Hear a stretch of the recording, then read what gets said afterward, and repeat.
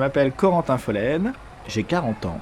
Ça fait 17 ans que je suis photographe, photoreporter, photojournaliste.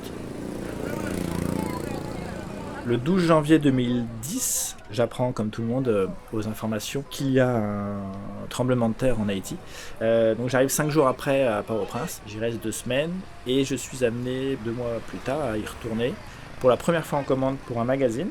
Et j'y passe 1 mois, mais je pressens que derrière ce petit pays, il y a une formidable énergie et une énorme richesse humaine, culturelle, historique. Très rapidement, je décide d'essayer de voir ce qu'il y a derrière l'apparence en fait, de cette misère, de cette violence qui est un peu symptomatique et systématique quand on parle d'Haïti. Et j'y consacre une dizaine d'années, 25 séjours sur place, 4 livres, énormément de reportages publiés dans la presse. Donc le titre Only Colored, qui est un peu ambigu quand je réfléchis, qui est lié à ce jeu de mots avec ce choix d'images colorées, et en même temps un petit lien avec ce passé esclavagiste colonial, quand Haïti était une colonie française.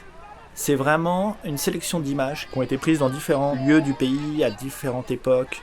Vraiment des images de rue qui racontent un peu le quotidien qu'on peut ressentir, qu'on peut vivre, où la couleur se côtoie le crade, les murs qui suintent, la vétusté des lieux, et en même temps, toute cette dynamique qui est vraiment à l'image des Haïtiens, cette d'énergie qui est dans une survie, qui est dans un élan vital extrêmement fort.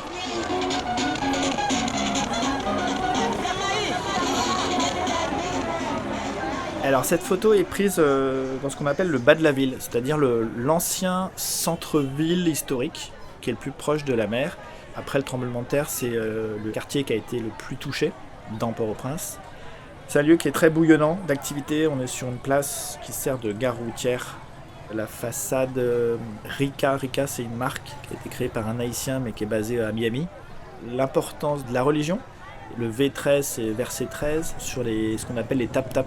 Tap-tap, c'est les bus publics qui sont souvent très colorés, très décorés. Donc le bus derrière, un bus jaune qui est un bus américain. C'est les bus scolaires qui, une fois usagés, sont récupérés par les Haïtiens et servent encore pour le transport public. Il y a encore cette empreinte d'influence américaine. Et puis ce vendeur de soda. Il faut savoir qu'en Haïti, la plupart des Haïtiens vivent ou survivent avec des métiers informels. Souvent la vente dans la rue. Et avec tous ces plans colorés qui s'imbriquent les uns les autres, ça raconte vraiment la cacophonie du pays, l'énergie foisonnante de Port-au-Prince et la précarité des Haïtiens qui essaient de se démener dans ce chaos.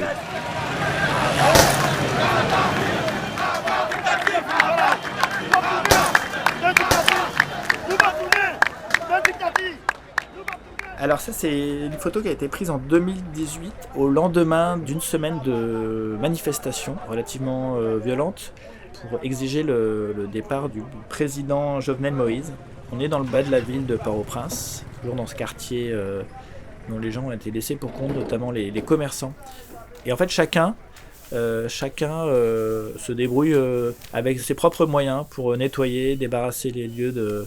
J'aime bien parce qu'il y a de la marchande à droite, en mauve, mais aussi des jeunes avec une allure plus branchée. Chacun participe, met la main à la pâte. Et puis il y a cette seconde marchande qui passe derrière et qui va vendre ses petits produits. Ça contraste avec le fait qu'on a une vision toujours un peu d'une Haïti qui serait dépendante des autres. Il faut savoir que Haïti est un des pays qui, notamment le lendemain du tremblement de terre, qui a reçu le plus d'aide et qui avait, surtout en proportion de la taille de son pays, le plus d'ONG sur place. Et c'est un pays qui a été vraiment en perfusion constante, avec une efficacité ou une inefficacité assez terrifiante. Et il faut savoir que beaucoup d'Haïtiens rejettent cette aide, rejettent cette dépendance, cette perfusion constante, parce qu'ils voient bien que ces milliards ne se retrouvent pas dans l'intérêt public, souvent en partie détournés par les politiques.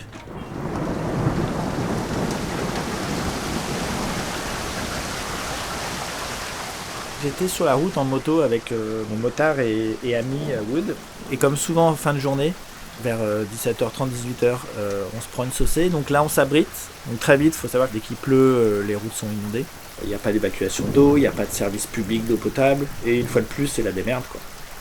Donc j'observais un peu cette scène, et puis cette dame qui est dans cette petite encoche là, elle vend l'eau potable que les gens récupèrent sur le robinet En Haïti, je me répète, mais voilà, la vie, le quotidien est très intense, très débordant, une énergie folle tout le temps. C'est épuisant, hein. En fin de journée, je suis rincé.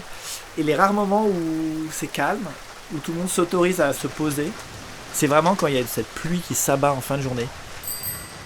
Cette photo, pour moi, résume la frustration parfois de l'image, parce que ça aurait été un film, je sais pas, sur un quart d'heure comme ça, avec une musique, ou sans musique d'ailleurs, mais où on voit tous ces personnages qui passent de gauche, de droite, qui courent, qui rigolent, il y a plein de vie.